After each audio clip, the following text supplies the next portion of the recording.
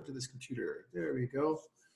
Yay, okay, we're recording. Welcome to our beginner's puppet making class number 6, I think it is. I'd have to check that, but I think it's number 6 because then we only have 2 more classes.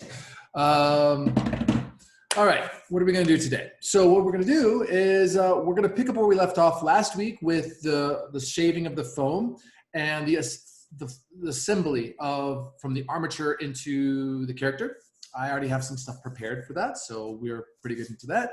And then we're gonna go into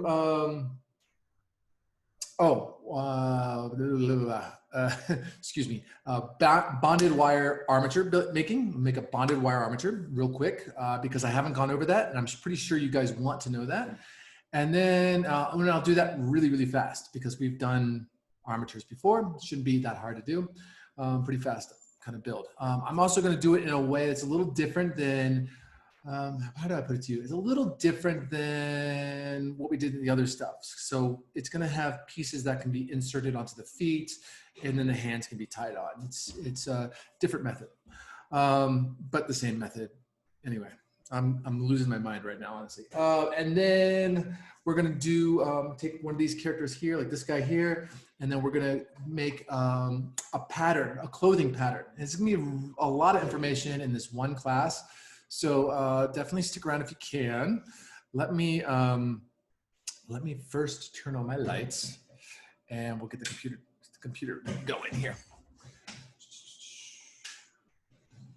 Got a whole new mounting system here. So turn on my camera. There we go. Quit that, and then let's go to Dragon Frame, and we'll go into puppets, and I can show you some images. All right, open this take. Boom. All right. There we are. Oops. Let me go to Zoom so you guys can see what I'm doing here. Give me 1 second. Share my screen. And share Dragon Frame. Boom. We're sharing Dragon Frame. Okay. So you should be able to see what's going on here. Of course, this is Dragon Frame. You know that already. And let me go back to the original frame. Let's go to my timeline here. I'll go here. Okay, of course, shaving these crazy foam pieces, doing our shapes. And if you remember, these were all taken from spheres. So we're trying to get forms out of them, right? All right. Next, oops, I think I have to admit somebody into the class. There we go, admit Heinz. Okay. Next, in the next image, we marked our foam area, and then we got ready for making little wood pieces that go into, they're basically our blocks, right? That go into our foam to attach our wire to. Very straightforward, very simple to deal with. I have an exception here where I've 3D printed my components. I actually, I create these little block pieces that I like to use all the time for larger puppets. Trying to get into getting them to be smaller, but once you get to a certain scale, they don't work. So it's better just to use epoxy putty. But for all intents and purposes, wood, a piece of wood is actually probably the best thing that you could use, that you can find. You can carve it and you can drill it, and then you can put your wire into it. Okay, so you make your form, and then you make your block, and then you mark it, and then what happens is you start to cut away the material. So I've actually cut little squares into the material and made sure that the both halves fit together. If they don't fit together, then you have a problem. So you have to make sure that you mark them on both sides evenly. Go that way. There we go.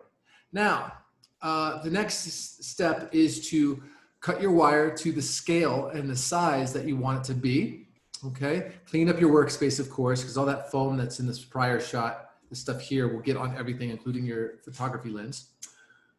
We don't have to worry about that yet. All right, and then, there we go, go back here. Oops. Hold on 1 second. It's playing games with me here. Stop, there we go. Okay, so then you cut your wire. You'll see here that I've actually put loops on the ends for the hands and loops for the feet for doing the tie downs. I'm already pre-planning and getting ready with that concept. And then I'm also measuring out equal sides on both sides. I cut a little extra wire just in case I wanted to size down and get to specific height for the neck.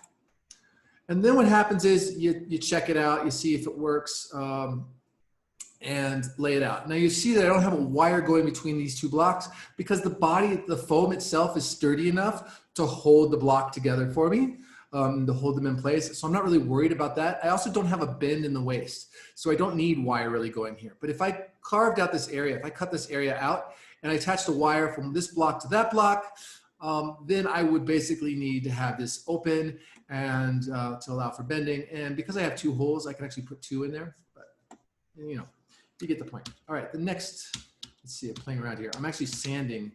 You can't see it really very well, but I'm sanding with sandpaper the ends of each piece, ends of each wire, to basically create a grooves in that wire at the very end. And those grooves allow me, and that texture that I'm adding to the wire, allow me to glue the wire to the block without the wire twisting and popping out. It's really important. So definitely consider that. Next, okay. I was very lucky enough to get some Gorilla Glue over the weekend through Amazon. They sent it to me really fast, which is great. I'm having a hell of a time trying to get, what is that stuff? Barge cement. It's nearly impossible to get in Mexico. You have to order it to a company. So I can't actually get barge cement here. But anyway, so I wanted to try out this clear 5-minute epoxy. Actually, it's not 5 minutes, it's 24-hour epoxy, but they label it as 5 minute. And what it does is it sets in 5 minutes, so it makes it tacky in 5 minutes. You really can't use it for like 24 hours. I wanted to try it out and see what the strength of it is. Honestly, what do you call it? Let's go back. The Gorilla Glue is not as strong as JB Weld. JB Weld is a lot stronger than this clear epoxy, or the other epoxy glues that I was telling you about. Those are a lot stronger than this specific Gorilla Epoxy Clear. But that being said, it is very useful, this glue. I've used a different version of this glue, which is a little stronger than this Gorilla Glue. So I'm really kind of I'm perplexed as to why it's different. There's something chemically different about it, but it does work. So, okay, let's move on to the next one. So you mix up your ingredients. See, I'm mixing that up. And then basically I'm dipping the wire into the glue and then inserting it into the block. And I do that with all the components. Separate them, put them to the side, and in the arms. And then of course I'm playing with the head here. I tried the design a little different here with this block. I'm actually going to redesign this block that I'm using so I can actually stick the neck into, if you see here, the neck kind of goes into that hole, but there's not enough length because this wire needs to go deep in there. So what I did was I drilled a hole into the midsection and then put it in there. But I have a whole new design concept actually for these blocks, so it's a little different. Cleaning up my mess, cleaning up my glue, making sure things are good, because the glue is really nasty. And then of course I leave it on top of a napkin to cure, because I don't want it to stick to the mat. I don't care about the napkin. The napkin can stick to the block all at once because I'm just going to glue all the halves together. It's not going to make much of a difference. Okay, so now, oops, let me add somebody. Hold on. Admit Bonnie. Here we go. Okay, so now that we have the blocks assembled and for my armature, I have a little video here for myself. Let me get rid of this, this thing here. Boom. There we go. Now that we have this assembled here, and make sure I'm clicked in that so I can use my keypad, I want to actually assemble this sucker. And I actually have some other Gorilla Glue. This one is fairly good for gluing foam together. Actually, I like this a lot better than using white glue, but white glue will work just fine. Another glue that you could possibly use is spray adhesive. I've used spray adhesive a lot on like build-up puppets where we use foam. We basically sandwich foam together. Not this type of foam, but different foam. We're going to do build-up puppets with the armature that we're going to build today. But for the most part, this glue itself is pretty sturdy, pretty strong, and pretty reliable. The only thing I gotta warn you about is you gotta clamp this glue down because it can expand, and you wanna be careful with that. Okay, so let's first position our pieces together because I know I have to mark my legs and my arms and cut those sections for those components. So I have basically that there. Make sure it's right. Doesn't really matter which way I face it, does it? No. Okay. And so what I'm going to do first, cut out some section here for the arms.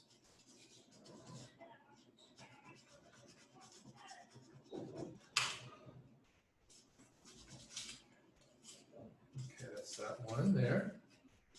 I'm going to have to make a mess, of course, but I'm sure I'm going to. Put that up there.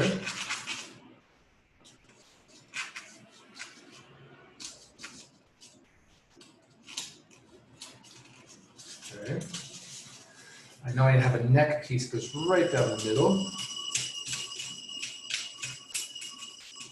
So clean that up there.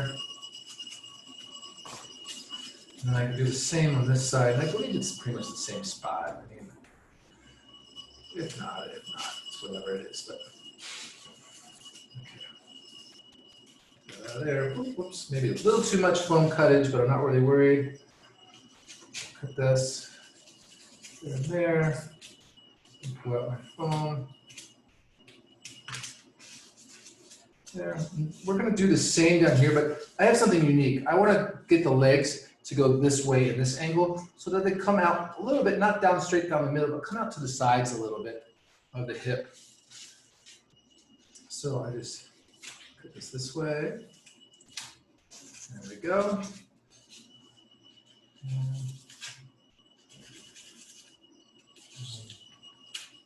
There we are.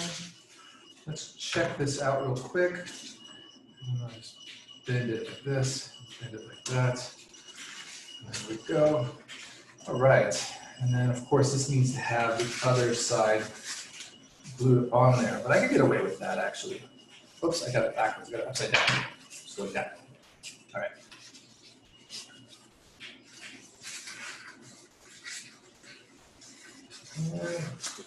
So, yeah, that would actually work. Just like that. And I should be able to get away with that. All right. Right, next, let's do the head piece, because that's important. I know where that little rod goes. Cut that one out. All right, let me take a picture of this real quick. So you can see. There we go, and that way my frame doesn't freeze. I'm cutting here. There we are. All right, beautiful. Put this away, I don't need that. All right, and make sure my size is okay. Boom, boom. I'm gonna go there. No.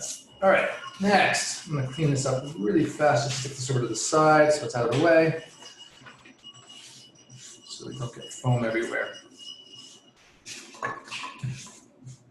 Some foam pieces here as well.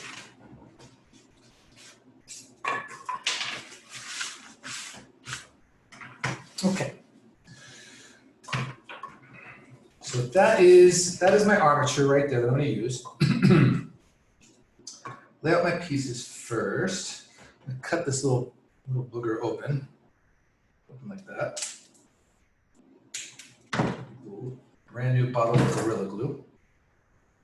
Put my trash out of the way.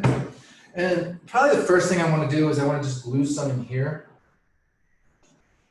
just to hold the pieces down. Okay, and then what I do is I'll just stick this in here. We know that that goes in there like that. We know this goes in here like that. Okay. I'm doing the body first before I do anything else. Gorilla Glue, by the way, takes about 24 hours to cure, so you need to be aware of that. And the next thing is I'm going to stick some right here. Maybe some there. And I'm going to be really, really, really thin with a layer going around the body, because I don't want this coming out the sides. Even though it comes out the sides though, it's okay. but I don't want to glue the tape onto the character right there. So, okay. That should hopefully hold it properly. And I say hopefully because I don't know, I might want to put some on the other side. But want to line these suckers up as best you can and stick them together like that, okay? Now, that alone is not going to cut it. I need to take some masking tape. So we take a picture of that. Let me open this up, take a picture of that. There we go. Boom. Maybe apply a little bit more, just for fun.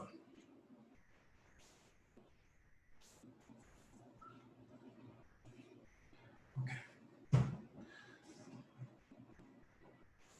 Put that together like that. There we go. And so that's supposed to sit together as best as we can and be nice and secure, right? Remember, this is a big puppet. Look at my hand. My hand is huge. This is a really big puppet. It's one of the main reasons why we're using foam. Next, take some masking tape. And I'm just going to masking tape the puppet together because I don't want that glue to separate. Right. That should do just one piece of tape. But I'm going to make sure it's really secure. I'm going to do all the ends that are important. Clean up a little bit of glue out of the way there. Here. Okay. On the shoulders, glue that. I tape that together. Just make sure it's nice and clamped together.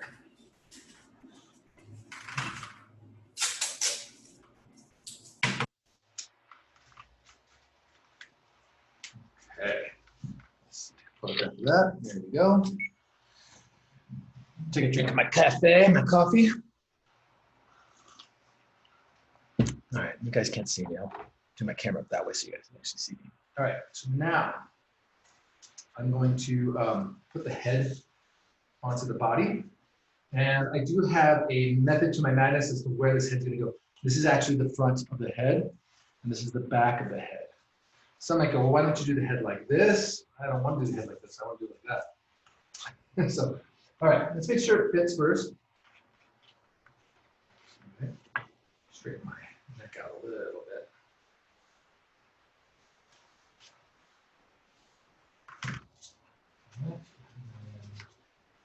There.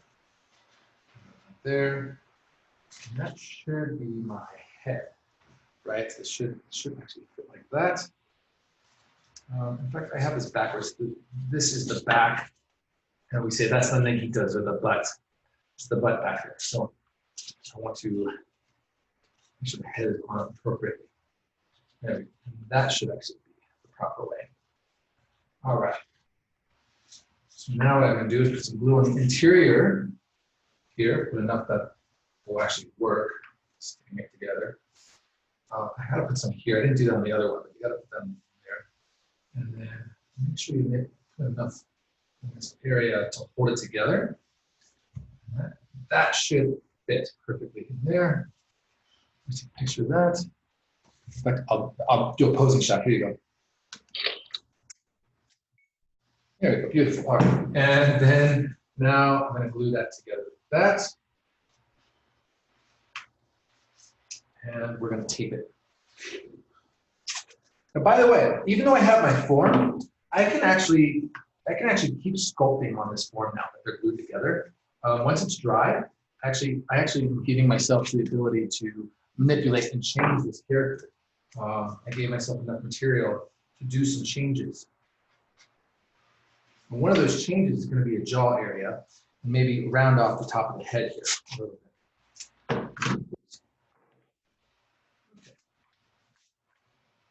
Great.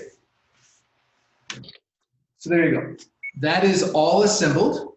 That character is just waiting for to dry. And then once it's dry, then we can go and we can actually start adding things to it, like hands and the tight ends, okay? But first we gotta let that dry. And one of the reasons why I'm scattering a lot of these lessons is because a lot of this stuff takes time to build. And I wanna just give you some in-hand demonstration. So that is that. Next, let's cover the next subject matter. The next subject matter, move that guy out of the way, is going to be, we're going to make, let me get out of this. Epoxy on the hand, beautiful. Bring my camera back down. Okay, so what we're going to do is we're going to make a bonded wire armature. Our bonded wire armature is going to focus. I look like I'm in focus. There we go. Our bonded wire armature is going to actually be based off of Dwarf. So from like Dungeons and Dragons or from Lord of the Rings. I kind of always wanted to make D&D stop motion, so why not? So let's make a dwarf together, and let me show you what I'm going to use for reference. So I think I have my, here we go, I'll go to my share screen, share, there we go. Okay, so if you don't know what a dwarf is, which I'd be surprised if you didn't, but a dwarf is basically a mythical, small human being with a lot of strength. They're well known for their love of ale and mead, and also their love for battle and gold and riches and diamonds and stuff like that. So they are really fun, happy characters a lot of the time, so pretty cool. Apparently, even female dwarfs have beards, except this one doesn't, and that one doesn't. But in Lord of the Rings, apparently they do. Anyway, so we have a lot of different reference for a scale model, okay? If we look at the head, we got 1, 2, 3, 4, 5. I'm gonna guess he's about 4.5 to 5 heads tall. That is totally fine.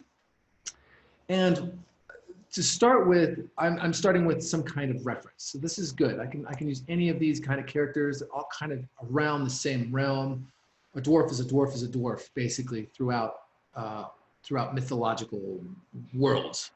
All right, except in like the game Elder Scrolls, which makes the dwarfs really tall, which doesn't make any sense. Anyway, so off topic. Anyway, so that is kind of where we're going. If you also know Snow White and the Seven Dwarfs, similar kind of thing, except those kind of characters were more loving, less fighting, but they definitely loved gold and riches.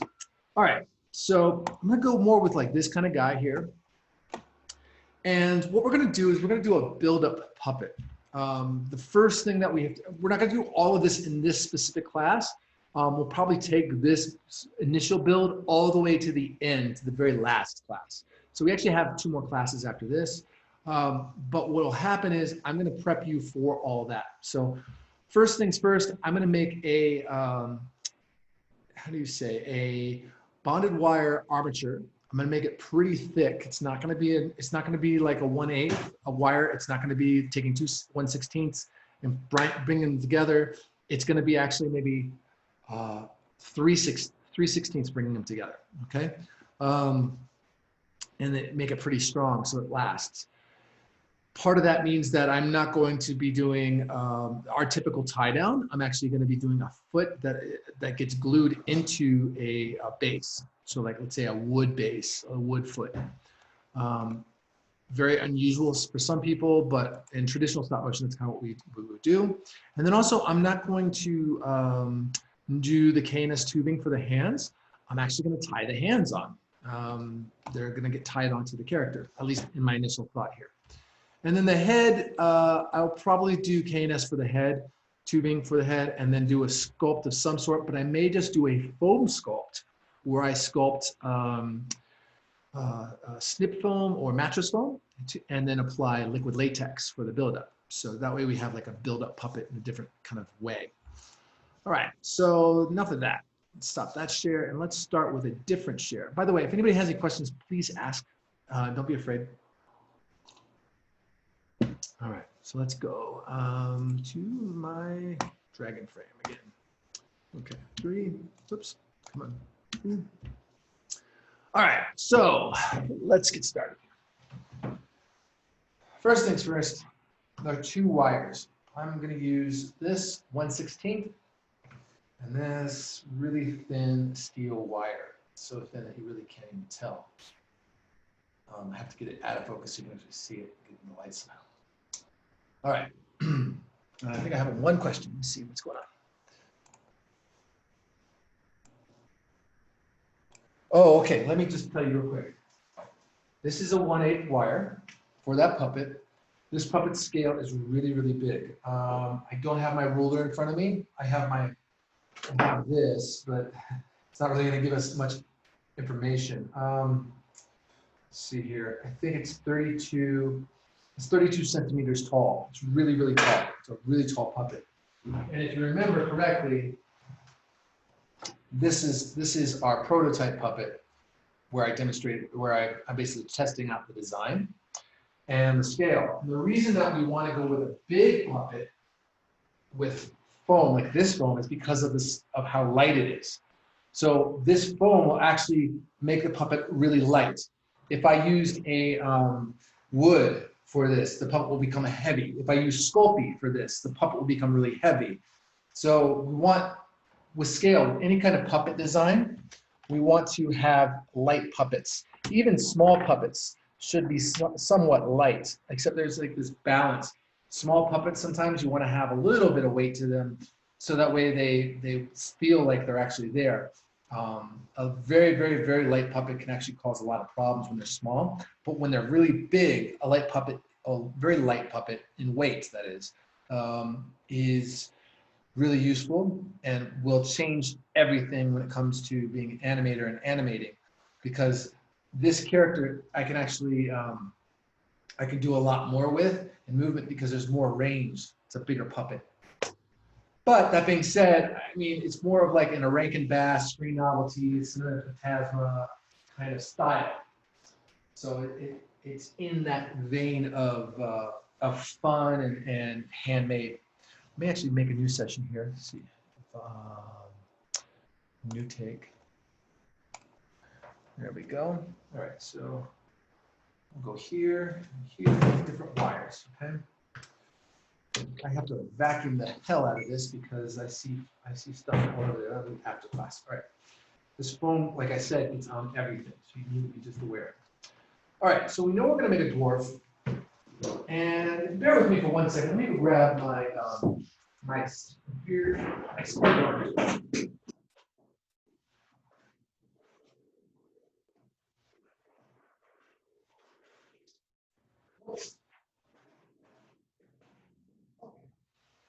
Piece of paper and a pencil. Always supposed to draw things out, and I haven't been drawing things out for you because I like to do things on the fly a lot of times just for fun, try things out. But we want to draw out our scale for the puppet and see where we really want to be with this design. And I'm not going to make a huge puppet. I mean, I could make a really big puppet like that other one that you saw, and that's really fun to make, but it's not necessary. And especially since it's a dwarf, it's going to be of a specific scale, specific size. Let me start off by saying I like this big circle here. And this is a drawing template. Actually, let's see if I get it in the right order. It's a mapped circulos. It's hecho in Mexico, but you can get these in any supply store that makes just crafts or drawing or art or whatever. And I'm going to start with maybe this 35 square. I think it's actually 35 millimeters, maybe I'm not sure. Centimeters. No, it's going to be millimeters. Let me start with one circle. Remember, we said anywhere between 4 and 5 circles tall, right? Let's go here. 2, relatively same. Height. 3, 4. I like that. I mean, I could do a head like that. 5. Let me see. A scale here. Up that I made recently. It's about 5. Now I'm gonna do a half. Let's do a half here. Okay. Now we need to define where the hips are.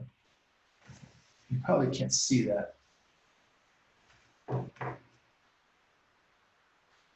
Tina's asking, will the foam chip away, get damaged with the movement of the arms and the legs, or does it matter? It doesn't matter.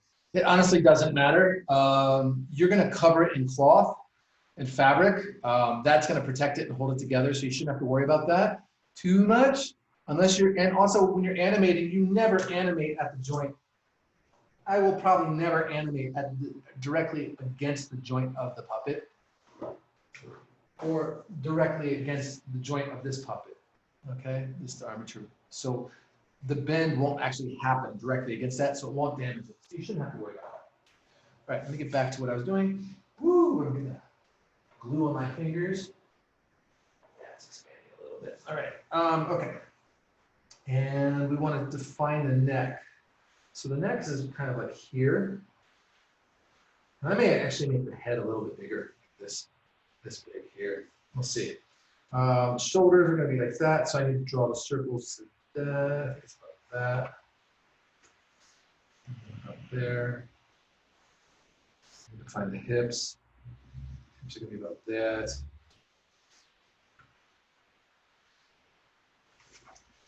And my arms probably going to have down to here and down to here. Okay. And then his hand.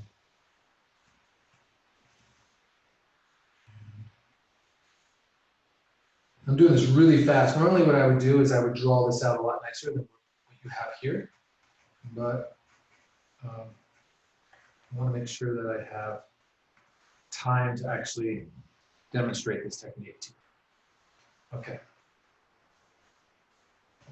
He's going to have this beard, this honker of a nose, eyes.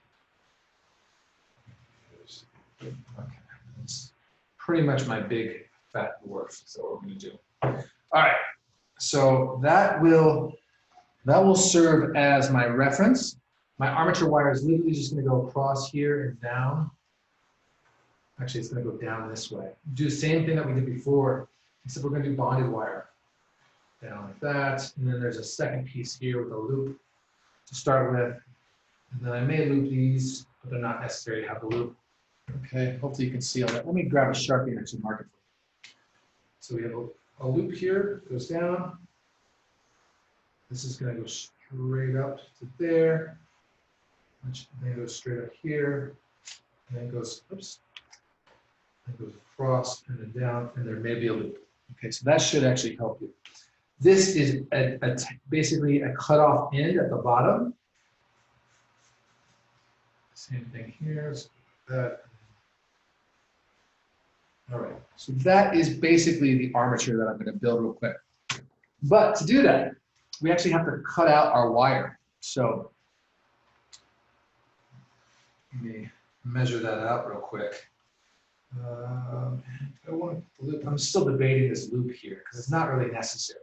I'll probably not do it. I'm just going to keep it really simple. But I do want to measure out my wire. And I just need to measure one wire, honestly.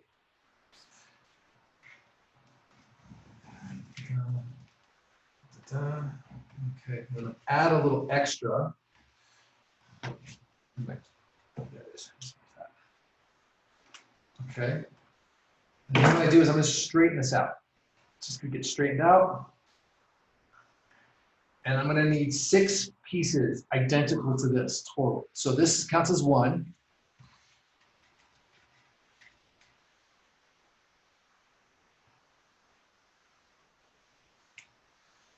It's going to count as 2.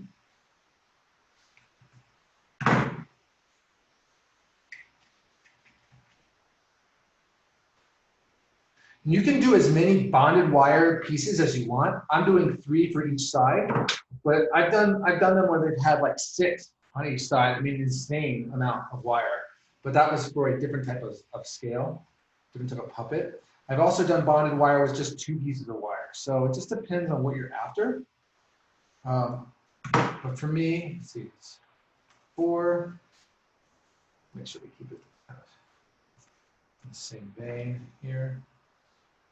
But it really just depends on what you're after. I'm trying to get at.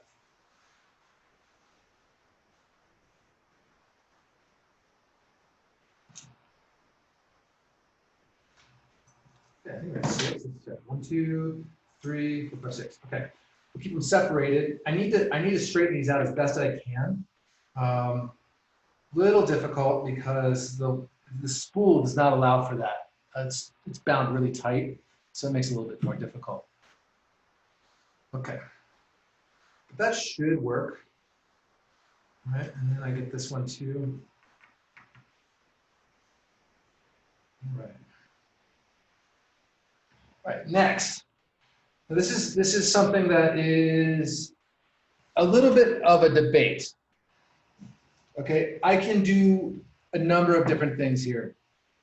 And I've actually seen a number of different techniques, and I've done a number of different techniques.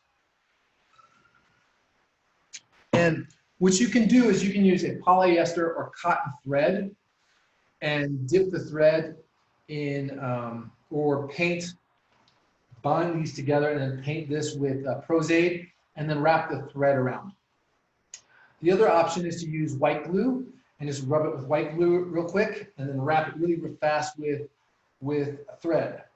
I've also seen another technique that uses thread, but wraps it so insanely tight that it looks like a piece of art, but I don't know how functional it is. I've never seen it fully animated when it's done that way. But they literally just, there's not a gap between the thread. What I'm gonna do, however, is I'm gonna do the technique that I use all the time and that I know works and allows me the ability to change the scale of the wire. Because once I start painting on Pros-Aide, it becomes tacky, it's sticky, and I can't work with it for a while. I have to wait. Or what I have to do is I have to apply a chemical like a powder of some sort and then soften it so that way it doesn't stick to my hands. Pros-Aide is extremely tacky. If you've seen it in the list of materials, it's a great material for stuff like foam latex, making paint. But for that, it's the only reason I like it. Otherwise, it's a pain. So I'm gonna take some wire, and actually I need a lot of wire. So what I'll probably do is I'll just leave it on here. I'm not gonna take it off. But what I'll do first is I may just wrap a little bit around one of these little guys here.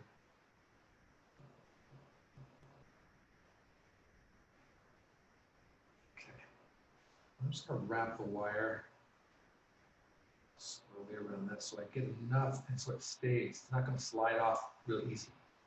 Right, then, put all these suckers together and I start wrapping. And that is your bonded technique. Really, it's just that simple. It's not that difficult. But this technique is an extremely popular technique. If you've watched the Stan Winston tutorials with the Kyoto brothers, they do a bonded wire technique as well. They talk a lot about it. There's a bunch of different reasons why you would do a bonded wire technique versus the twist wire. One of them is actually how do you call unwinding of the wire. So as it twists back against itself, it'll unwind. That's one problem with twisted wire.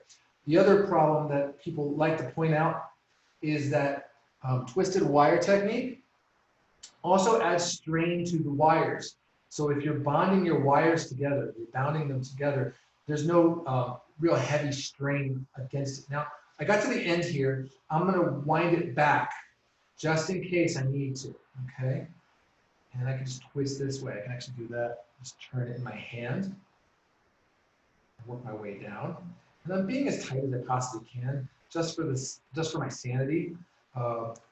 Steel wire is actually really nice and will hold the shape and the form. Okay. And then also the other reason for the bonded wire versus the twisted wire is that in theory, it's less likely to break. But really, I mean, both techniques work great, and both techniques have different purposes, like I said at the very beginning of the course. All right.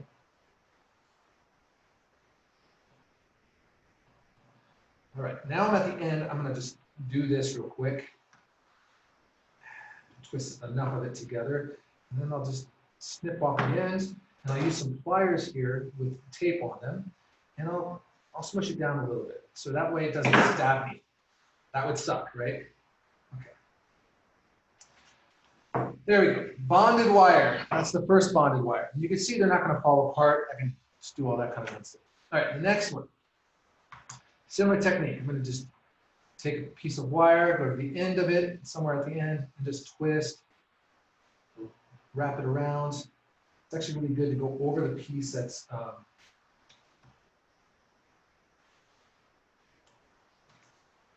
go. And then since that's done that way, I can take these three together, so they're kind of even, and then just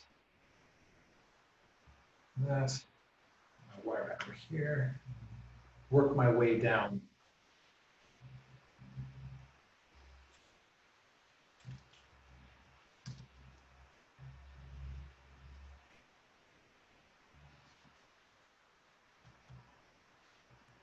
When I was on Robot Chicken, I worked mainly in the visual effects department, but I would sneak over to the puppet department pretty much every day and bug the hell out of them. In fact, it was such a problem with my department. They were like, "You should probably go work in puppets."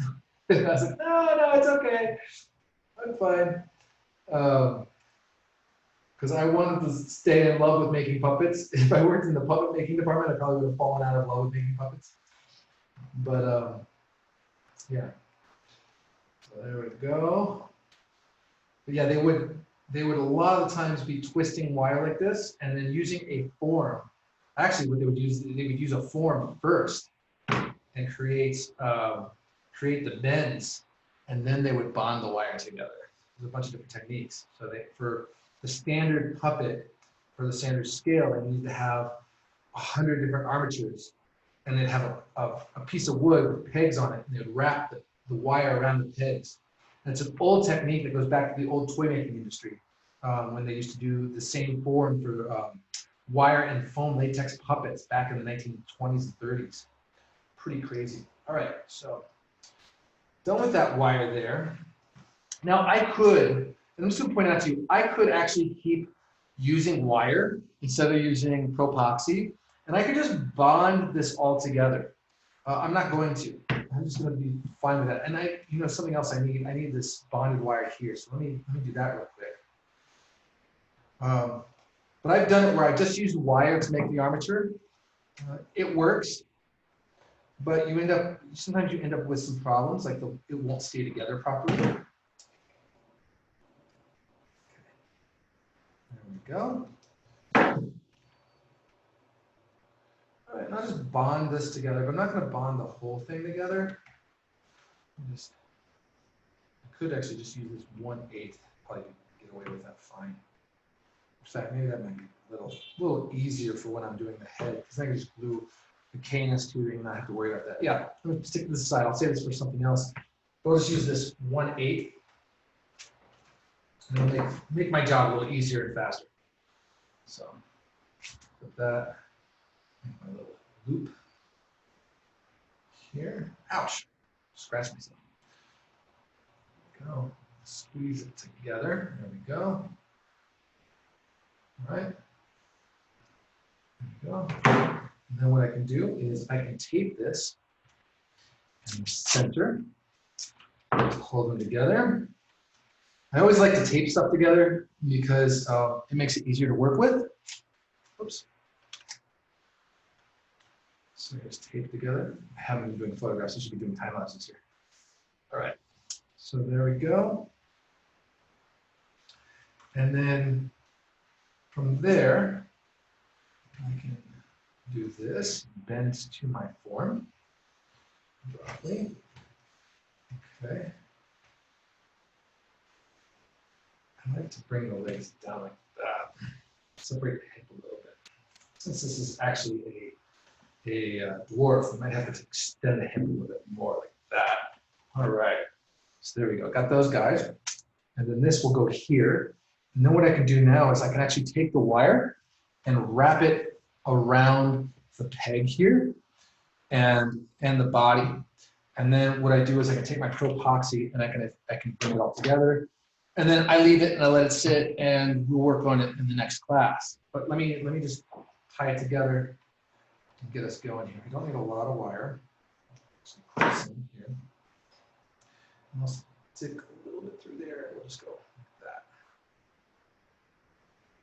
Okay. And this goes here to hold it in place so it doesn't shift while I'm doing the propoxy. Once again, you can just use thread. You don't have to use steel wire. You can just use thread that you use for sewing, that you get at the sewing store. Okay, there's a lot of tools and materials that I use that are you can substitute for other things in your region if it's easier for you to get that kind of material. The one thing that you can't really substitute for is the type of glues sometimes. Sometimes the glues are very important. Okay, so this is all attached with wire. Everything's put together, and then of course the tube halves are put together with the bonding that I did there of the tape. All right, take my epoxy here. I'm gonna actually squeeze off a big piece of epoxy, okay? Curious, epoxy 20. And then that should be enough for the chest area, and then I'll do a separate amount for the hips.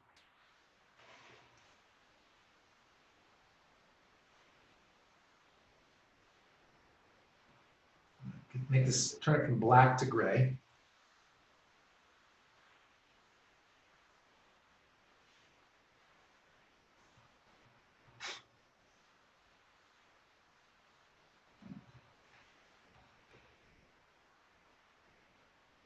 Okay, that should be good. I'm going to take 2 halves, equal amounts. Okay, well, it's as close as I can get. Make them into like little balls here. And then one on the back and one on the front. Okay, here's a fun fact. You have to go over this shoulder. You can have a bump, but if you don't go over that shoulder, you're going to have some serious problems with twisting and stuff. So you have to kind of go over that shoulder there.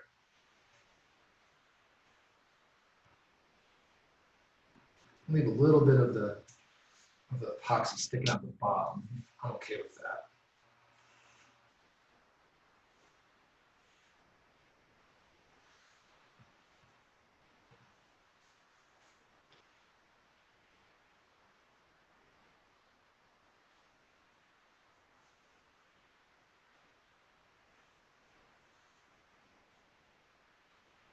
All right. There we go. Now, let me let that sit for a second. And let me clean my fingers, because if I don't, we're going to end up with some really sticky fingers that turn to concrete. Some rubbing alcohol and paper towel.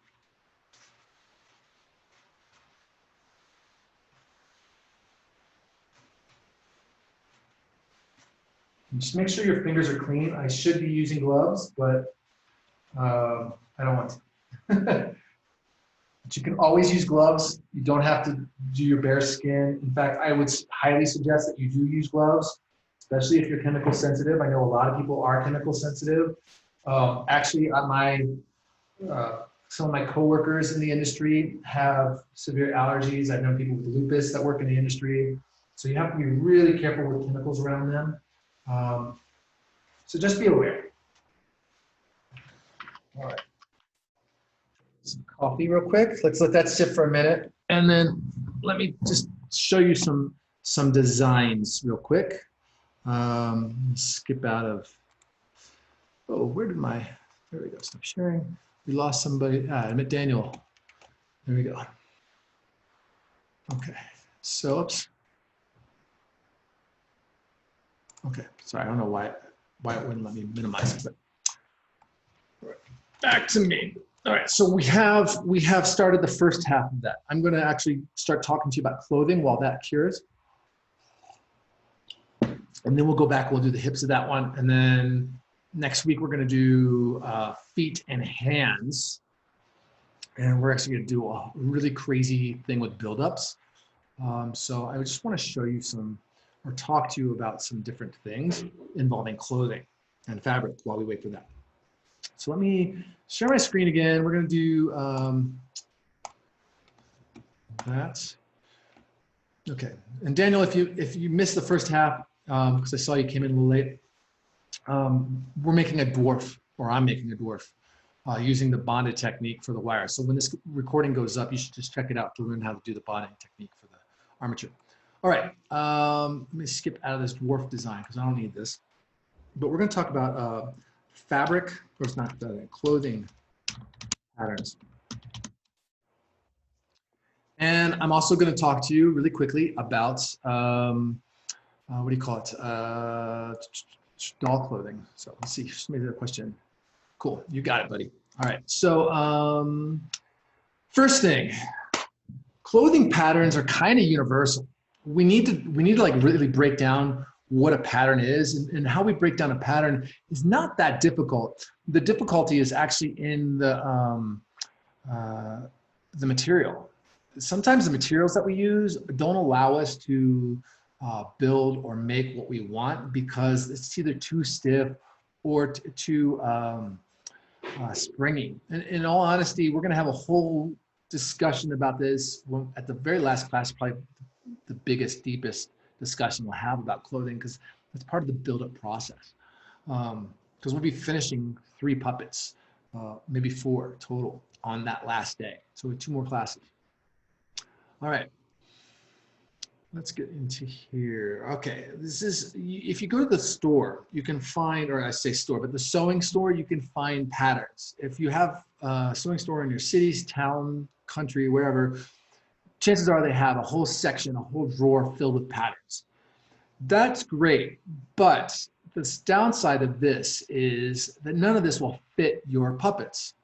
One of the big problems is that this is made for humans. So you actually can take the patterns, let's click on here. You can actually take these patterns that this person has created, it's on Pinterest somewhere, copywritten by somebody, and you can take this pattern and shrink it down to fit your character.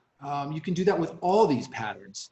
They're pretty much universal to fit a human form.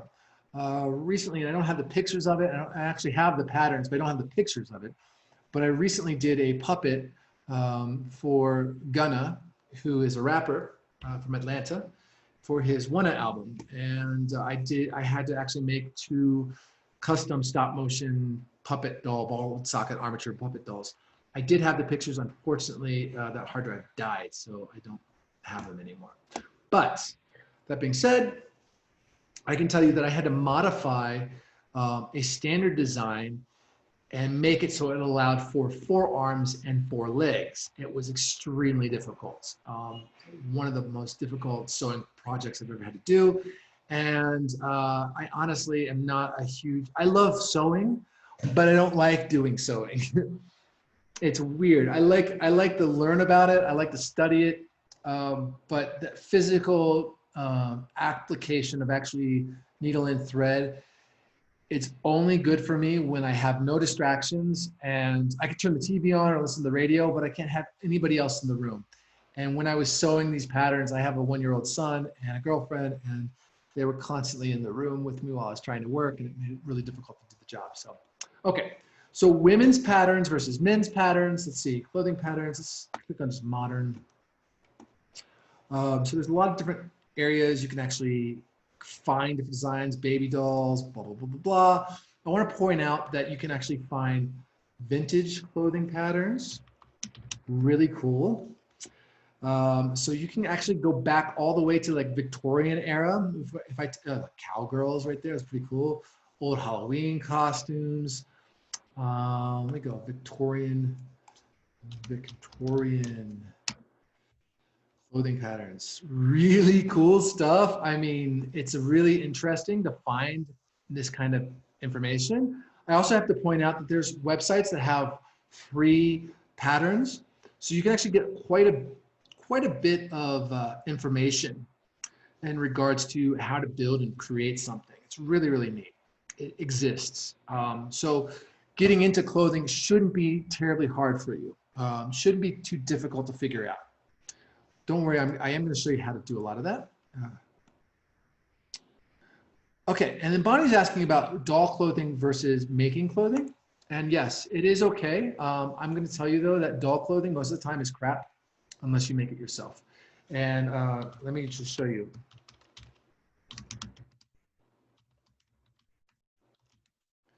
I'll give you a great example. Classic TV Toys, good website. So this is a website that actually sells the Mego action figures. There's the bodies up there. You can actually order all sorts of different stuff, parts. I mean, you can do so many different things. But they also sell like the clothing for these Mego action figures. Mego action figures are the same ones that they use for the template for the Robot Chicken. So when you see those action figures, those are Mego action figures, except for when they do G.I. Joe or something, right? Or My Little Pony. But most of the time, their main characters are Megos, and they have all these different clothing patterns and all these great things. I use these on the Aquabats, and then I also had to have them modified. So when you buy these kind of clothings, like this, we use this vest here. I used some other stuff in here. See if I can find you the one jacket that we used that I had to throw away. But like there's things like fake vinyl is a horrible material to have somebody pre-make for you unless they're professional, because the vinyl jacket that we ordered for the characters literally just crumbled in my hands, or in the seamstress hands, the person that was making the clothing for me. And I literally had to pay her a lot of money per outfit to actually make the clothing. And in all honesty, it's not that difficult to make this clothing. It's just time consuming. So it's good to get somebody that can actually make doll clothing and then take your characters and then build off of that. But my suggestion is do not buy clothing and think that it's going to work. Buy it, test it out, but it might not work at all. It might be total garbage. But anyway, so this is the website that we used. The t-shirts worked fine. Sometimes the pants worked fine. But for the most part, we had to recut a lot of the clothing here and so it would fit the characters, resize it, redo whatever. Cut the patterns, use those patterns. Actually, I need to come back to this website because I want to order some stuff from them. Anyway, but this is a good website to order toy components and stuff like props. They have a lot of props, a lot of different things. Okay. That being said, because Bonnie was asking that, let's see, back onto my rant here. There are standard patterns which should, and by the way, just to point out, there are standard patterns that you should fit almost everything. So a way to cut the pattern, and we'll do a pattern today, we'll do 2 patterns. But the point is that we need to figure out what the size of the scale of that puppet is. So if I'm building for, like, say that big puppet that we're making, I can't order doll clothes to put on that character. I actually have to make the custom clothes myself. Whenever I make puppets, I usually don't work within a doll scale. I work outside of a doll scale because I have different needs in different areas. So the clothing needs to be custom made all the time. It's a little obnoxious, but it needs to be done. And like I said, I like to bring people in to help me to work. It's better to work on projects as a group than to be a solo artist, because being a solo artist, in all honesty, I've been a solo artist for many, many years. It sucks. It's much more fun to have more people involved. Okay, so let's look at a couple things. Let's do shirt first, shirt clothing patterns. And we'll find a standard. Oops, we'll go men, because it's, it'll be easier to explain. Not that men are more important, but that the male shirt pattern is a lot easier than the women's shirt pattern, but they're pretty much universal. So we studied this, and then we can study the women's one. If we go here, this is a good example. So let's stick this in the front of my screen so we can see it. This front and this back go for both sides. So you have one side and for both, and what you do is you flip them.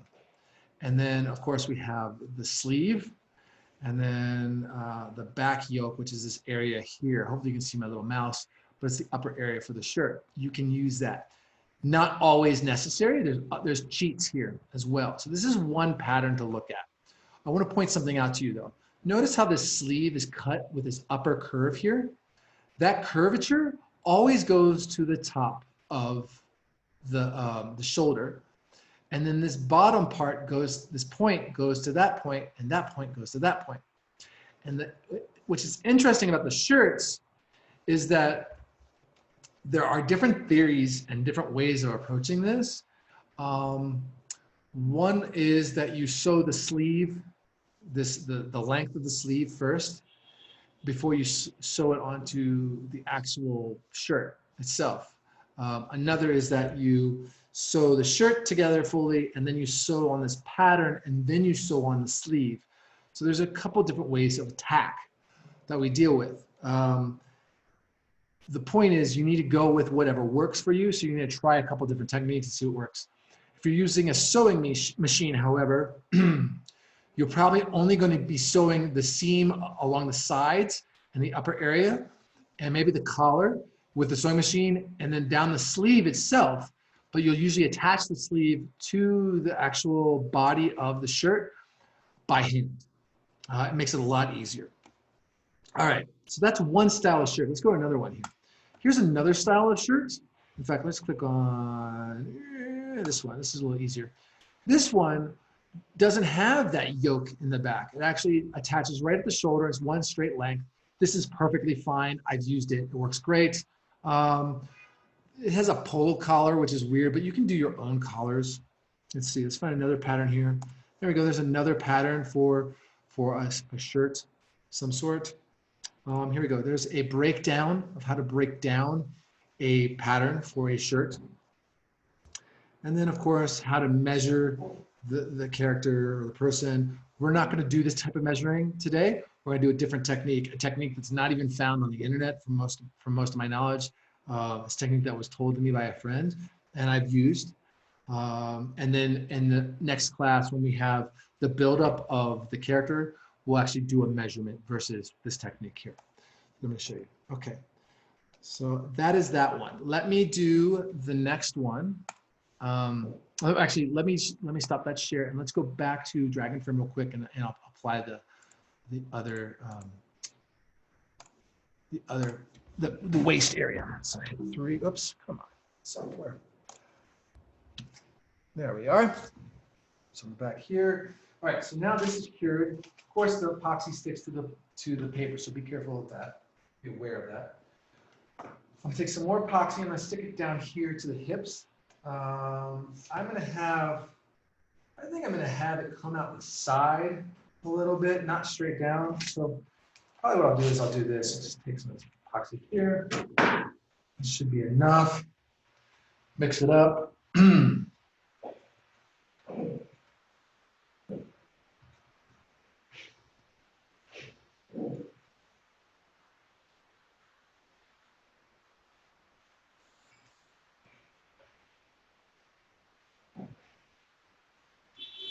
Forgive me here, I'm a little quiet.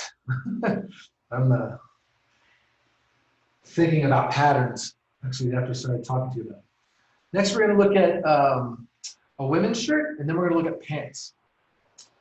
So, all right, so mix that up. 2 halves, even as I can. Usually stick the bigger half in the back, honestly, because of the naguitas, or the butt. One on one the other. Squeeze them together. Some people like to do triangles, some people like to do squares. I'm going to do neither. Just do that. Just get it on there.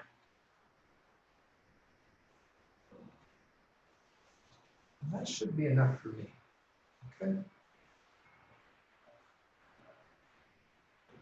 One thing I could do at this stage is I could add a square peg or of some sort to be able to make a flying rig. It's called a flying rig. I can stick it in the hip, or I can stick it in the back chest. I'm not going to worry about it. I'm just going to leave it as it is. In my fingers. In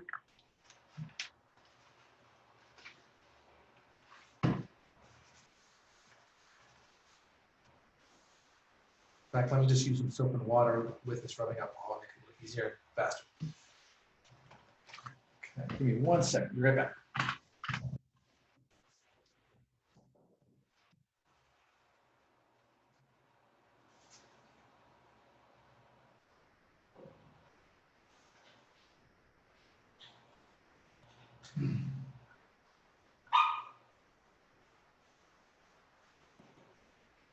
Okay, so that is set. And now it is time to talk about, and by the way, this puppet here, we're going to actually, I'm going to size the neck Put a little KNS tubing on there probably for the head. I'm gonna cut the hands area here, so cut the wire so I can fit the hands on there, and then be able to tie the hands on, make them separate, do something like a build-up hand. And then the feet, I'm actually gonna do wood feet with a bolt glued to it. And that's more of a traditional Czech style. So just so you know, and there is no bend in the toe. It's just a flat foot. All right, looks like I have a couple questions. Let's answer those real quick. Okay.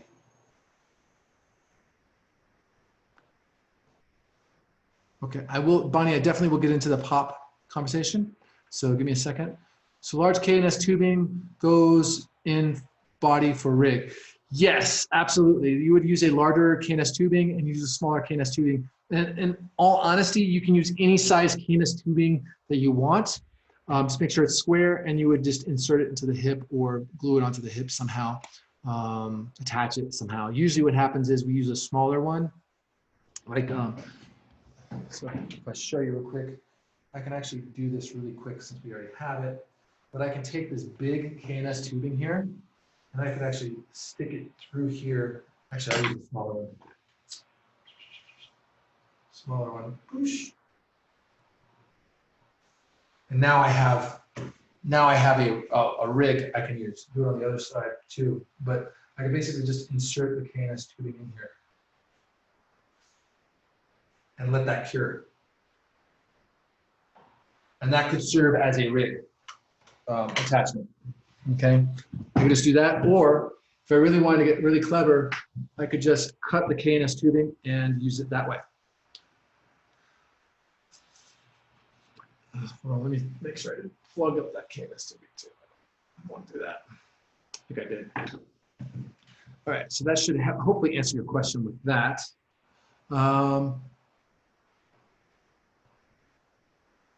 Yes, Bonnie, I'm going to talk about clothing and popping in a minute. So, oh, did it pop out? I think it popped out. Sorry, I'm cleaning out the KNS tubing here, just to make sure it doesn't.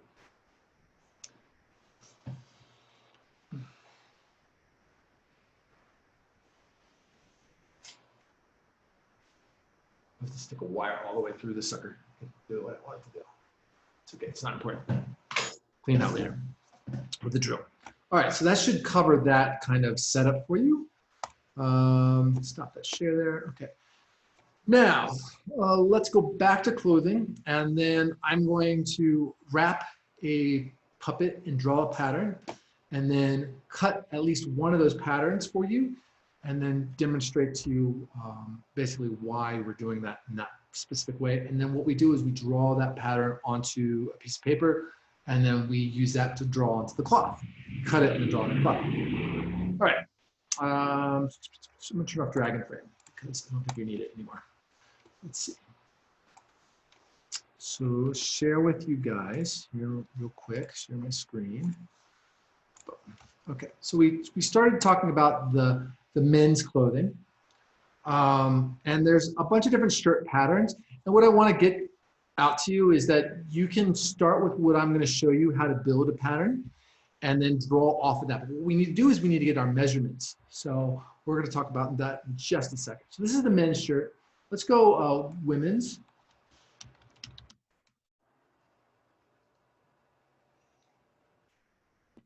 And just to FYI, the buttons for men, I believe, go on the right, and women's go on the left.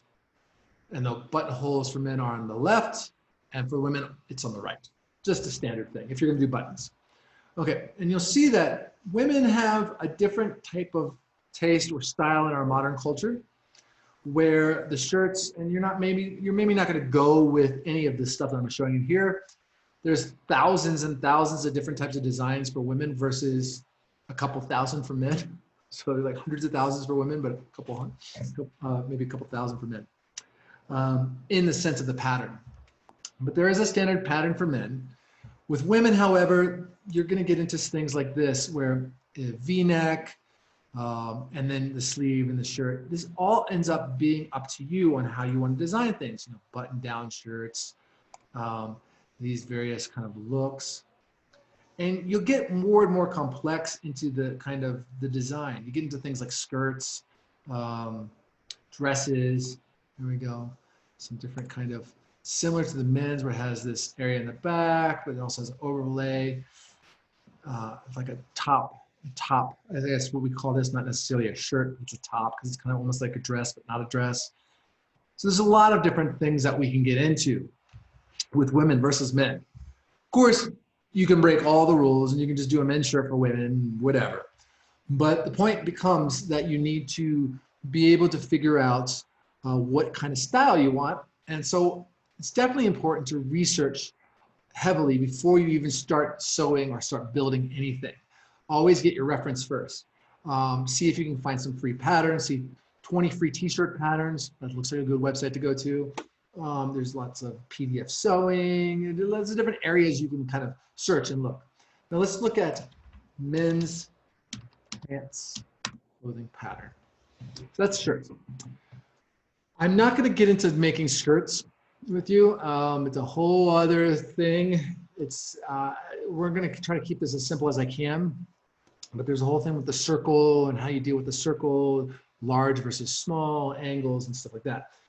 It's hard enough trying to decipher men's pants. Men's pants are really, really a pain in the butt, literally, because you have 4 different shapes in most situations, and you have to flip them. Okay, let me show you here. And we're going to just ignore the pockets. For one thing, like I said, you can reverse the scale of, reverse the side. So one facing the pattern one way equals one side, facing the pattern the other way equals the other side. So front and back should be labeled. So this is front. If you have this little thing facing the other direction, it's still front. Same thing with this, it's still front, it's just the other side. There's this, how do I say it here? This is like a little loop that's going down here, actually covers the under the leg groin area. And same thing here. And this is because of the back, you get more area for the butt, for the nagitas, all right? And then of course the pockets. I never worry about pockets on puppets unless I absolutely have to. It's just a waste of time. You could always glue this on. You don't have to sew it. So if you're gonna add that kind of extra detail, glue them on to keep it simple for yourself. And then pretty much what you do is you sew down this side here, you sew down that side there. Actually, you flip the bottom first and then you sew down the sides for both. So like this one here goes to that one and this point to that point. I mean, and really you're just sewing it together, each leg, and then what you do is you sew the middle together. I've had it told to me opposite, where you sew the middle together first and then you sew the legs.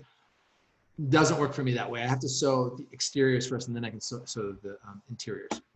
All right, so let's start going crazy. I'm gonna stop sharing here real quick. Actually, I do need Dragon Frame again, I'm sorry. Turn my camera back. Let's see if it'll reload.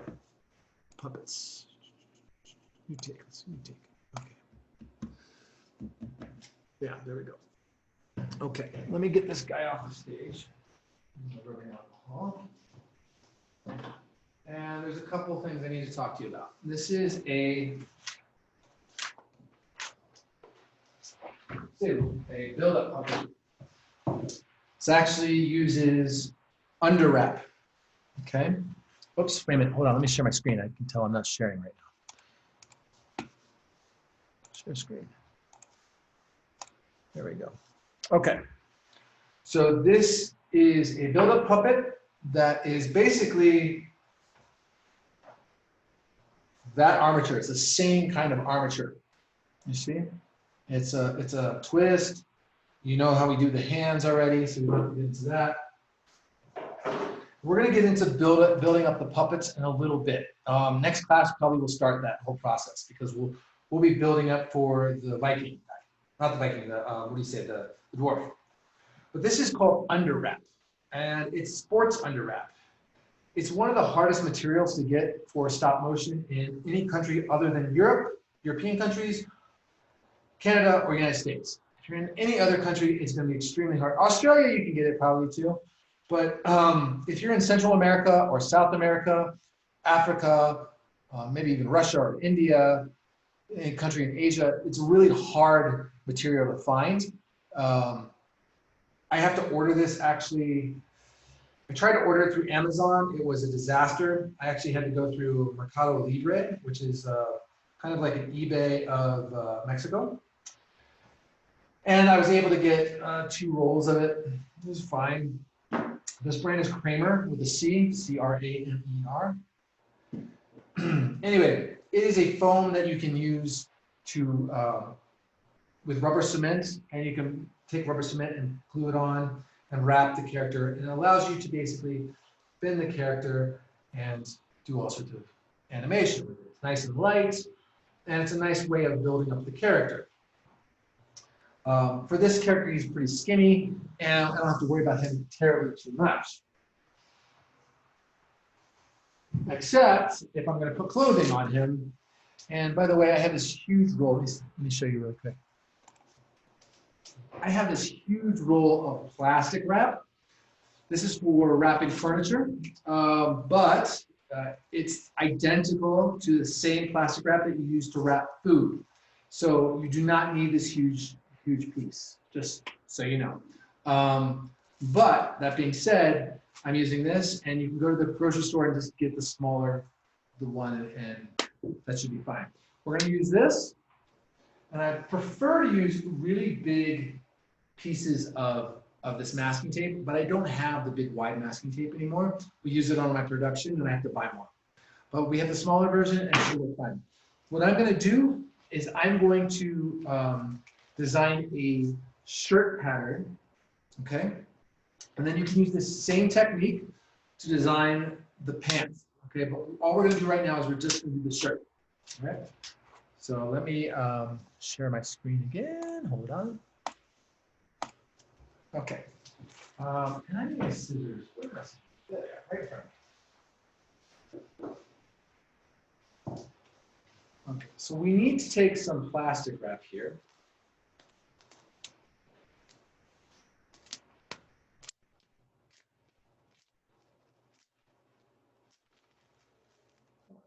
There we go. What we want to do is we want to wrap the puppet and be able to have somewhat of a nice form. Okay, so I need to basically, and all this plastic is doing is protecting the puppet. So I can probably cut a nice little section across, whatever, and then basically isolate the areas and then wrap it all in tape. So first, I'm just gonna get a nice little scale here.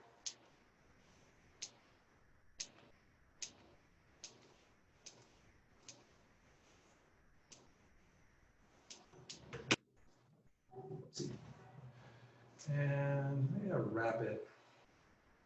You don't need a lot, to be honest. You just need enough to cover the puppet. Okay. And I'll just do maybe that here. Like that. I don't want to do too much because it makes it hard to get off. Let me size it down a little more. That. Cover the hands a little bit. That's another one to be concerned about, because if you don't cover the hands, you'll tape the hands off. You'll rip the foam. Okay.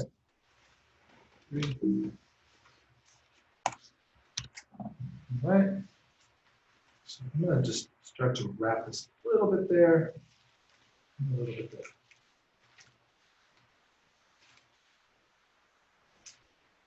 Sure, stretch that out to that. Go there. There. Okay.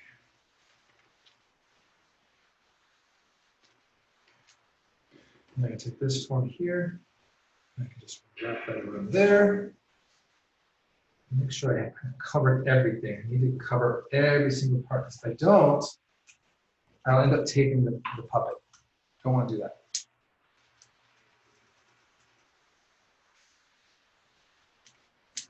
All right, there we go. Just bring it around. And the cling wrap actually works best. This doesn't have as much cling as made for furniture.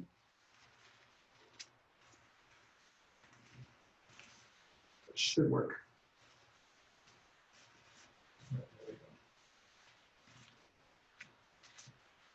I'm going to take a little tape. I'm just going to start taping down the plastic because it's not sticking the way I want it to, but I am covering the areas that I do want to cover. So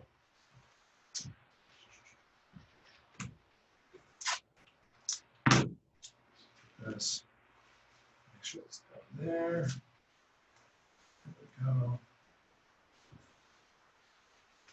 Okay. Wrist areas, probably do a short sleeve. Maybe I do a strip there. That might be nice. You can always go down to the hands though. Okay. So let's go cover that there. There we go.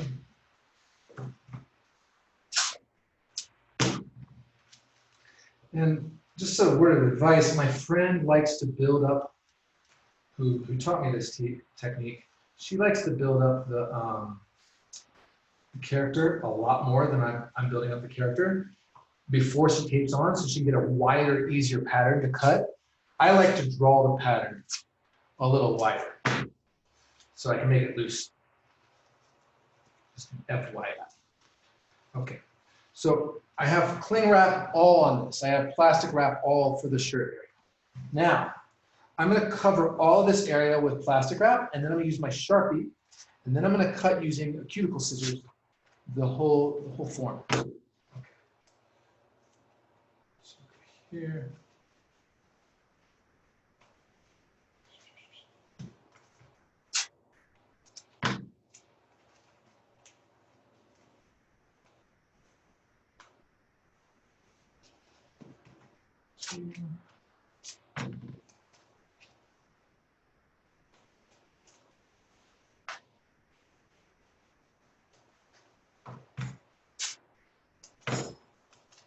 Like I say, I like to use the bigger tape. It makes it go a lot faster, but this works.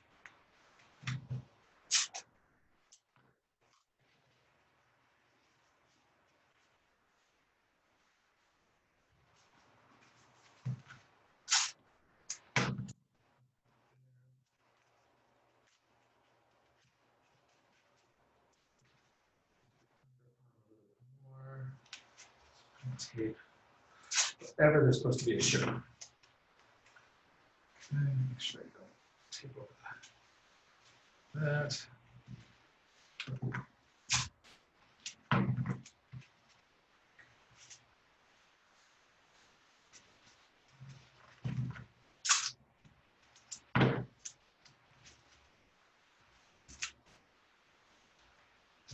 There.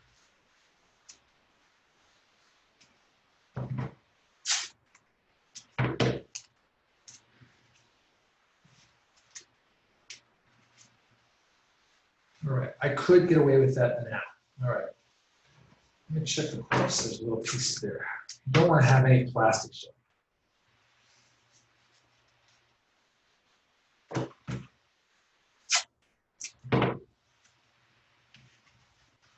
All right, that should work for my pattern. Let me check the questions real quick because I think there are some questions here.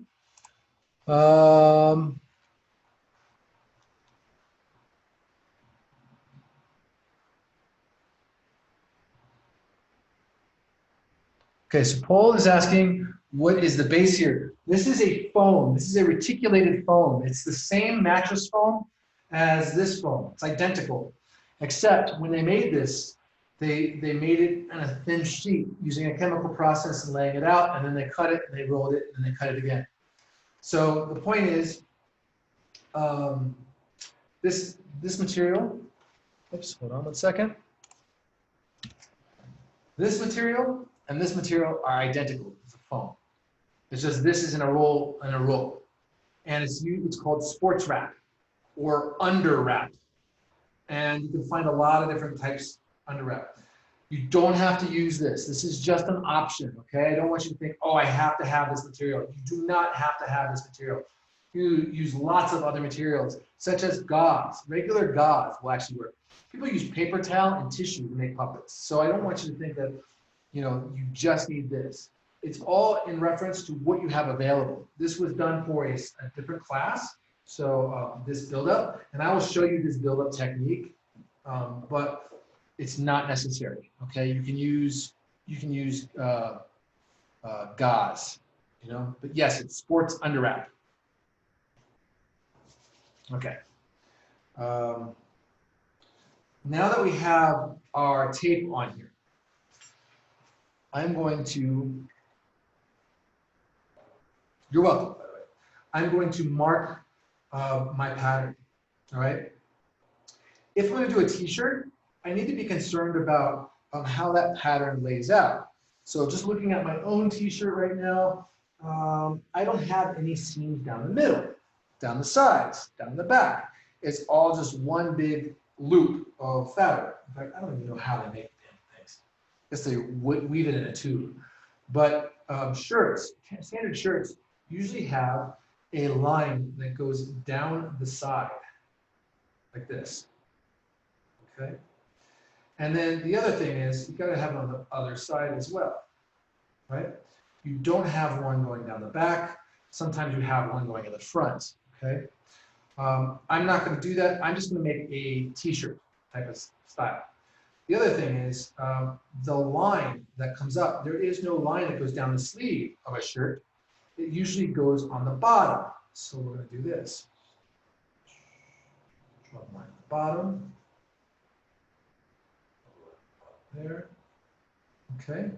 And then I can draw my circle at the armpit and go around.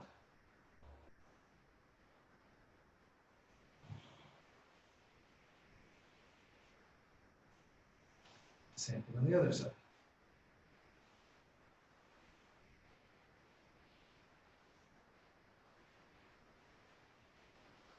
And draw my line down that way and down that way. Okay, that should, and I can mark this by the way, F, B, L, well this is R, R, L. So left arm, right arm. Okay. All right, so you ready for this? This is the fun part. Now we need to cut this. Now, by the way, because this is an uneven form, I could actually get away with just duplicating one of these arms and doing that. If I wanted to put buttons on the shirt, I can go slightly over to one side or in the middle and just run it straight down and extend it. It's a bunch of different things. I can also run a line across the top here to give that little flange at the top if I wanted to do that design. I can shorten sleeves by just doing this and cutting this way. And I only need one reference. I gotta make sure that those lines meet, otherwise it's wrong. I only need one reference because this side can match that side. I just reverse it, okay? So we don't have to go crazy.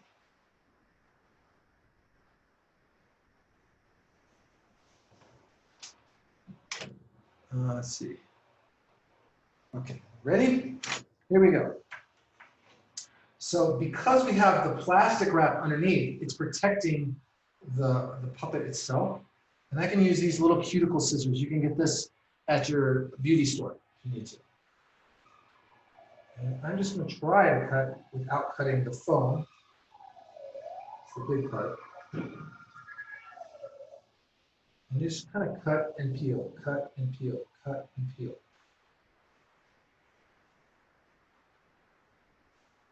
And if you do cut the foam, don't worry so much. You're going to cover it with clothing anyway. So nothing to really stress out about. In fact, what happens a lot of times when we're in production, we use X-Acto blades and we do it really fast. Depends on who's actually doing the work. If I'm doing the work, I'm doing it pretty sloppy, honestly. Okay, so cut that sleeve there.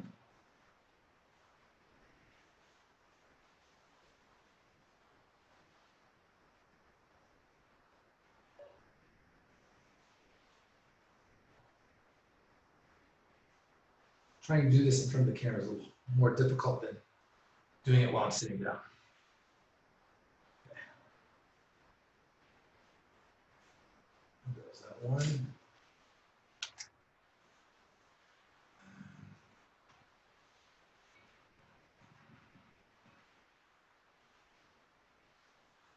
go a little bit away from the pattern. It's okay. So always tweak my pattern. I don't have to stress too much as long as I get those black lines as best as I can.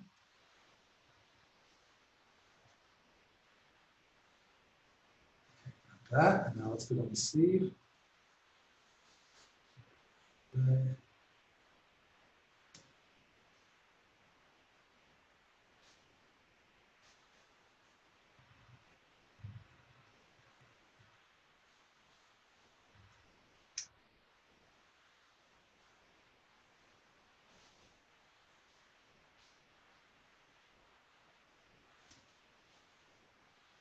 There we go. That should be plastic out there. That's the first sleeve. Okay, we might have to draw a little bit more curve in there, but not too much. Okay, we'll clean that up in a second. We got that one. Now we have to get upper shoulder. A little bit so we get in there.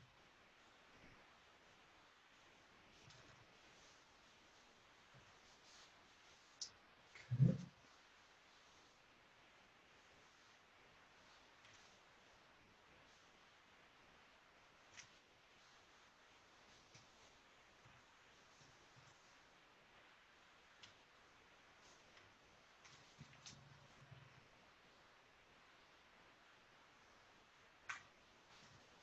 Trying to get in here without terribly destroying the underwrap that I had done.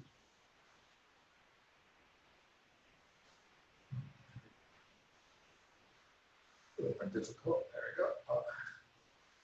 Kind of rush on this so we get to the other stuff and get you on this subject matter. Okay.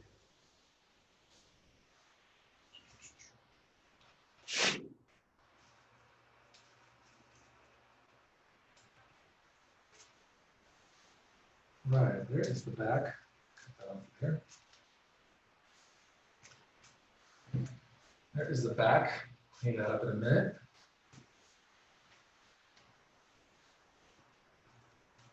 Cut that other seam there.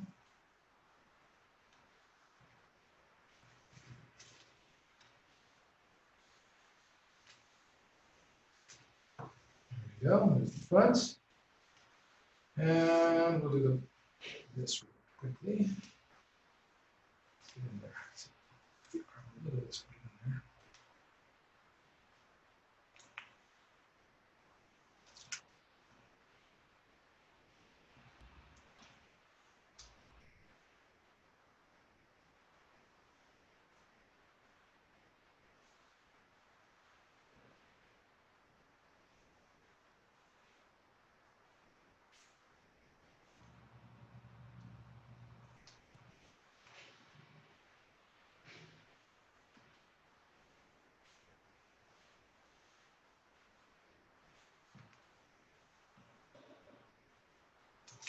All right, there we go. All right. Destroyed the puppet terribly much. You can see it's still the same puppet. A little off in posing, but that is the pattern. So this is the front. That's, of course, the back. Of course, the left and the right. All right, let me grab a piece of paper, which is right underneath me here. And let's now clean up this and draw out the pattern.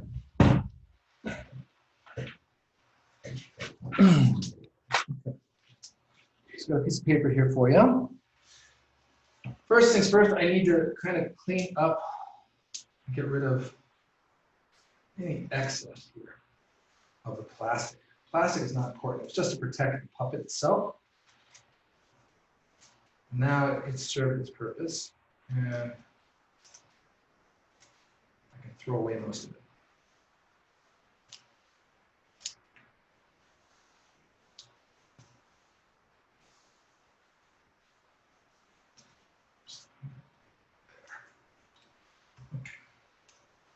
Other one is this one, the back.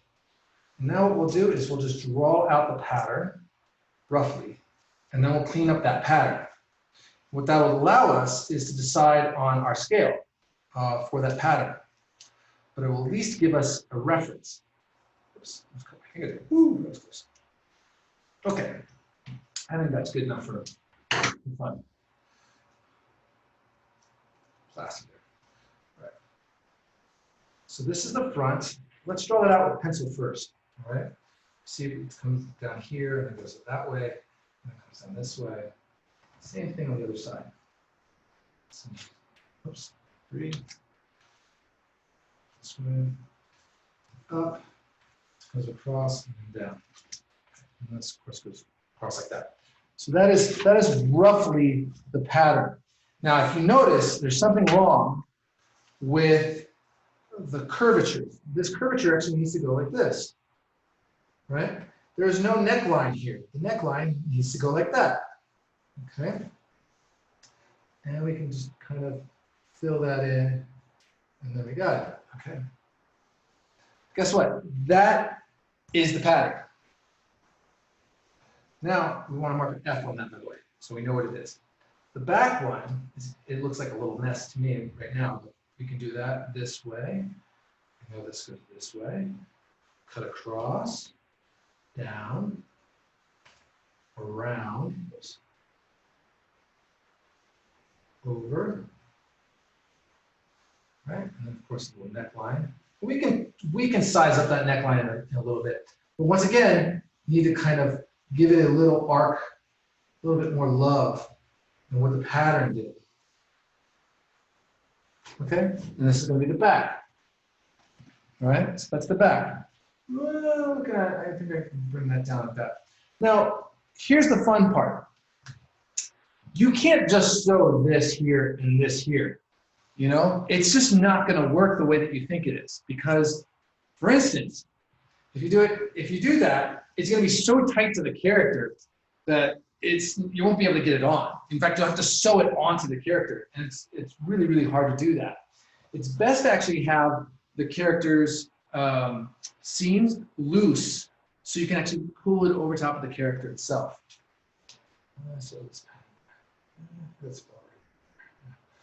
Sorry, I'm adjusting as we're going. What you want to do here is you want to actually add a lip of some sort. You can measure this out. You can do centimeters or millimeters.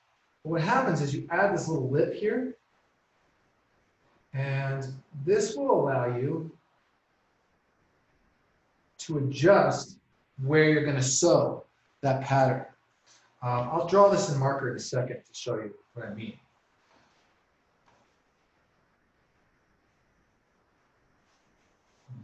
Here.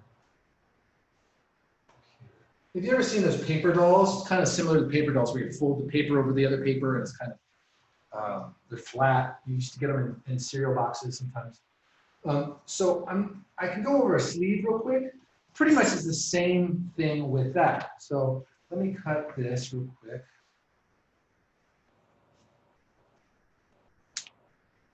Clean up this sleeve here.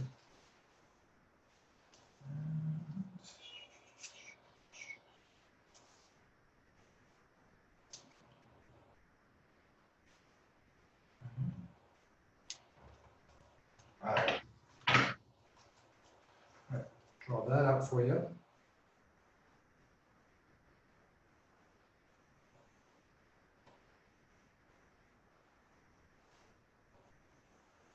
All right, so that's the sleeve itself. And I can tell you that would work, except one thing. It doesn't have this bulge. It needs to have a little bulge here for the shoulder. Let me actually bring it this way. There we go. Little bulge. Let's see it that way. Let me just draw it real quick.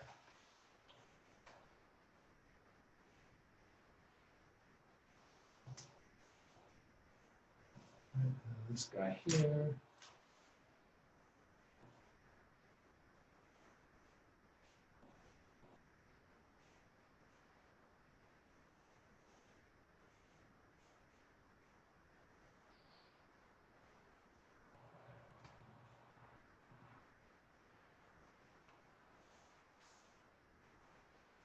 Just do dots in here.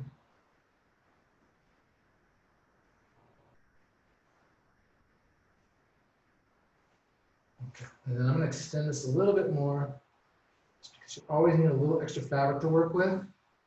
Give yourself at least 2 to 3 centimeters to work with. If you don't have 2 or 3 centimeters extra fabric, then you'll have some problems. And then something to point out here, you also may want to add fabric here along this edge. So that way you have area to sew the sleeves.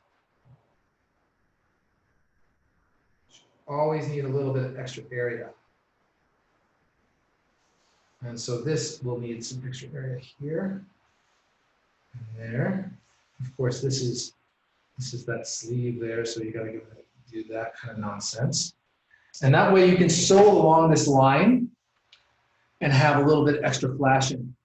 Okay, so that's our roughed out pattern. Some things to say about this is that this is just one way of roughing out a pattern for making shirts. You can follow the blueprint, so to speak, of like what you find on the internet for like pants and whatever else. Look at your own clothes and see what works and what doesn't work in the pattern, because you have reference, you're wearing your reference. So you don't have to really worry too much. But what we're going to talk about next in the next class is the sewing technique for sewing this type of stuff together by hand. I'm not going to do it in front of you because it literally will take me hours and hours of sewing. I'm not going to do that. I will have stuff already pre-done. And then I will show you maybe some photographs of my hands doing the work. So for now, however, this should get you by, all right? And then just looking at this, you see that you have to add a little lip and then you sew along the line. What I've done here is I've added a little extra to thicken it out. And then I can adjust by pinning the different fabric together and seeing what actually fits and works. So I can see how loose or how tight I want the clothing. I can actually size it for that using that kind of pattern. That's what's important. It's really important to make sure that you have a reference to start from. The other technique, which we'll do next week, is where we'll measure all the different parts. Actually, we'll have to do that next week. We'll measure all the different parts and the components of the body to be able to draw out our clothing. And we'll probably do that with the Viking. So I'm going to try to build him up as much as I can away from this class, and then bring him back in, because that build-up technique is so time-consuming. I just really can't even tell you. It's super, super time-consuming, and it requires building, waiting, building, waiting, building, waiting, building, waiting. So you have to do a little bit each day.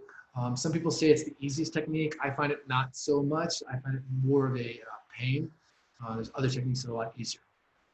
All right, let's talk about fabric really quick. I want to just point 2 things out. You can use pretty much any fabric that you want to make stop motion puppets, as long as it bends and it's within the scale.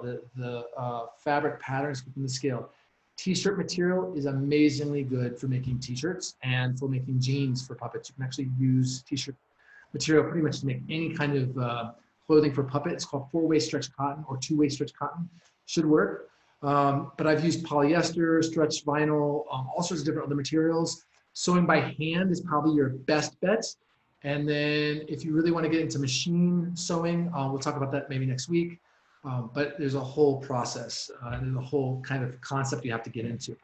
That's the very beginning of that. We went through 3 different types of builds today, and we should be wrapping up in the next 2 weeks. We're supposed to be 8 lectures total. This is our 6th lecture, and then the next week was 7 and the 8th one. So, all right, let me stop the recording, and I'm going to post this online so you guys can actually see it. But let me stop the recording, and then we'll go into our Q&A real quick and see what we got.